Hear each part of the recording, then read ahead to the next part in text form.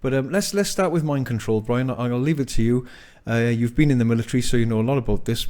Where do you want to start, Brian?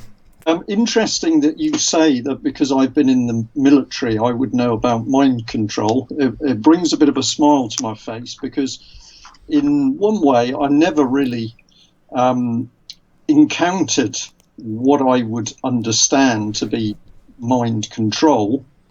What I can say is that looking back on the training that you received for me in the Navy, but it was certainly true in the other armed forces, that you were taken through a training process which was designed to change you in lots of ways.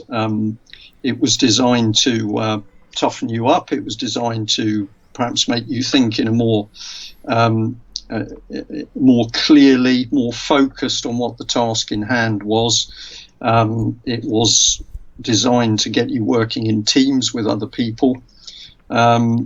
It was designed to give you endurance so that you could carry on going even when you were knackered.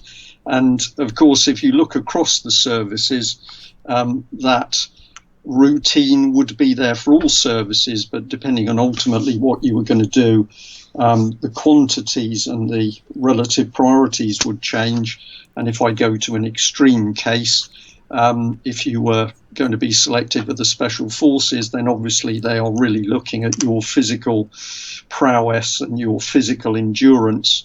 Those are key, and if you haven't got those, then the rest of the values weren't going to work.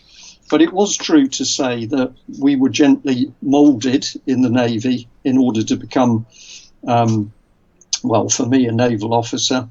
I remember that one individual said to me at one stage, the thing about the Navy is we change you gently, we mould you into the new person, whereas if the Army does it, they actually take you apart and reassemble you.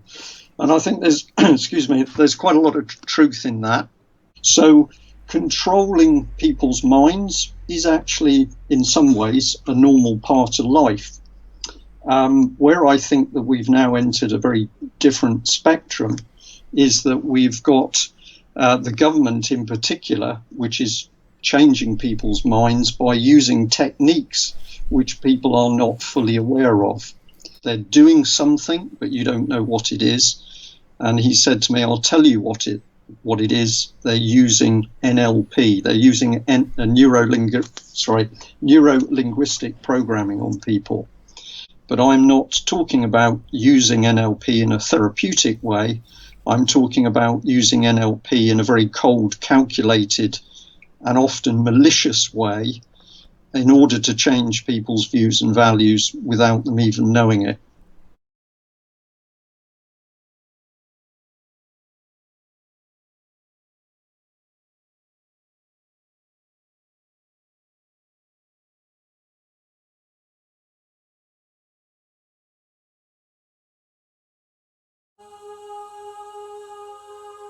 And here we got another artist. We got Ben Fellows, who's a filmmaker, a singer, an actor, and a fucking very, very predominant activist at the moment.